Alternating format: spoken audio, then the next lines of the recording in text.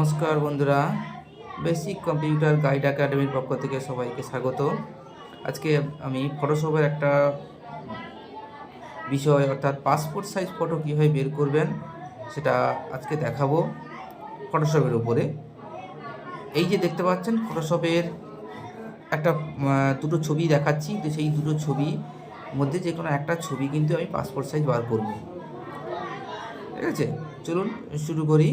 কিভাবে করবেন আর কিভাবে যাবেন, অর্থাৎ আমার তো ফটোশপে যাওয়ার জন্য স্টার্ট বটমে গিয়ে দেখতে পাচ্ছেন অ্যাডোব ফটোশপ ক্লিক করব। আর যেহেতু আমার খোলা আছে তা এখানে মিনিমাইজ করে রাখা আছে, তা ওপেন করে ফেললাম। এরপর ফটোটাকে আনবো কী করে, ওপেন করব। ওপেন করার পরে ফাইলে ওপেন করার পরে একটু সময় নিতে হবে। ওপেন করার পরে ডেস্কটপের ছবিটা কিন্তু আমার আছে। মাউস পয়েন্টার যেখানে আছে সেভাবেই কাজ করবেন।